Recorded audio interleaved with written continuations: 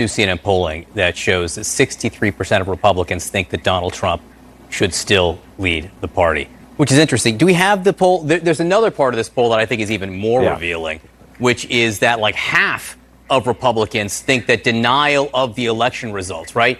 How important is believing Trump won 2020 to being a Republican? Very important, 36%. 23% somewhat important. That's unbelievable, Maggie. Well, I guess it's not unbelievable. No. 59%, Maggie, say that basically denying the election results is the ticket to admission in today's Republican Party. Look, Donald Trump is the party. And as you know, John, when you have a former president or a nominee for the major party, they are the party's leader. He will be the party's leader. So trying to separate him out from that as to whether he should run again or anything like that is very difficult. So it's not surprising that people are believing what he is saying. It is surprising the fact that he has continued talking about it. He has continued raising it in every interview, even though some advisors are telling him not to do that. And a number of Republicans, as you say, have gone along with it. If he continues down this path, he's going to bring a lot of Republicans with him. Do we have that audio? Because the former president did an interview over the weekend where he stokes these flames. Let's play that if we have it. We won the election by a lot, and they rigged it, and it's a terrible thing. And I do believe they're going to decertify this election. You know, Maggie, Brianna has a great phrase, which is that, like, our muscles sometimes get tired, or the outrage muscle is exhausted, right?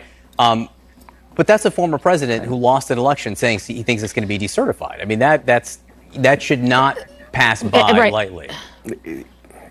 Right. Look, John, the election's not going to get decertified. First of all, he doesn't explain exactly who would be doing that. The interviewer, a very friendly fringe network, doesn't ask him that question. But there are going to be people who hear him say that, who take it seriously, who hear his words and see it as a further rallying to the cause. We have seen a lot of that. There is a segment of the population, his supporters, who believe this idea that he is going to be reinstated. We've been reporting on this for months. When I reported a couple of months ago that he was telling people he expected he would get reinstated, Republicans and some Democrats got very upset. This is what he's saying. People should be aware of it because it will have an impact with some people.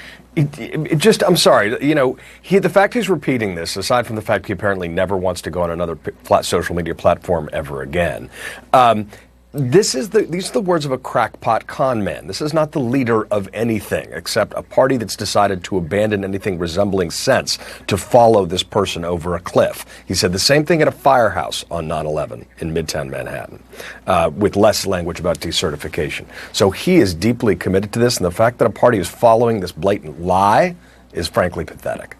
Yeah, look, at a time, we should say, where online activity surrounding potential extremism in the wake of January 6th, we know that it has been elevated. Yes. That is the backdrop of all of this. John Avlon, Maggie Haberman, thank you so much to both of you. Thanks. A growing number of hospitals forced to ration care as they are running out of beds because of coronavirus. We have some new reporting next. Plus, the lessons the U.S. is learning from Israel as health officials weigh who will get booster shots and when. And a report that's just been declassified reveals new